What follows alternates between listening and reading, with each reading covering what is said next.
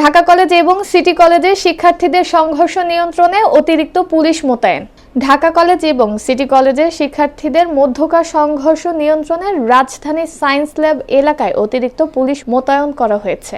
মঙ্গলবার 15 এপ্রিল দুপুর 12:15টার দিকে স্থানীয় থানা পুলিশের সঙ্গে ঢাকা মেট্রোপলিটন পুলিশের অতিরিক্ত সদস্যরা যুক্ত হয়।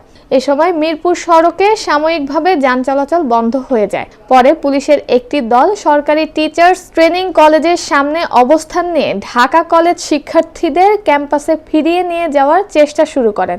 অপরদিকে সায়েন্স ল্যাব মোড় থেকে সিটি কলেজ শিক্ষার্থীদেরও সরিয়ে কলেজে নিয়ে যাওয়া হয়। বিষয়টি নিয়ে ঢাকা মেট্রোপলিটন পুলিশের রমনা বিভাগের ডিসি মাসুদ আলম জানান, দুই কলেজের শিক্ষার্থীদের মধ্যে সংঘর্ষের সূত্রপাত হয়েছিল। পুলিশের উপস্থিতিতে তাদের সরিয়ে দেওয়া হয়েছে। এখন পরিস্থিতি স্বাভাবিক হয়েছে। উল্লেখ্য, সাম্প্রতিক সময়ে দুই কলেজের শিক্ষার্থীদের মধ্যে তুচ্ছ কারণে বেশ কয়েকবার রক্তক্ষয়ী সংঘর্ষের ঘটনা ঘটেছে।